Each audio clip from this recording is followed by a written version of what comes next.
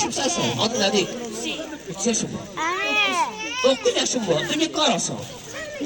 Arada bir sən nə git? Çiğ deyir. Çiğ də qardır adam. Böyle görüm. Şehir misən? Ne şehir misən? Nə? Xan kəndi. Nə gözəl. De görüm. Həsrətin çəkmişəm. Mikrofonu biraz səs Başımdan getmədi dumanın sənin. Həsrətdən artılmış kədərin qəmin. İlərdir həsrətdim sənə can kəndim. Azazdan qovuşdum sənə xan kəndim. Komandanın əmri şanlı orduma. Zəfər bəxş elədi doğma yurduma. Şükür olsun çatmışam şama arzuma. İlərdir həsrətdim sənə can kəndim. Azazdan qovuşdum sənə xan kəndim.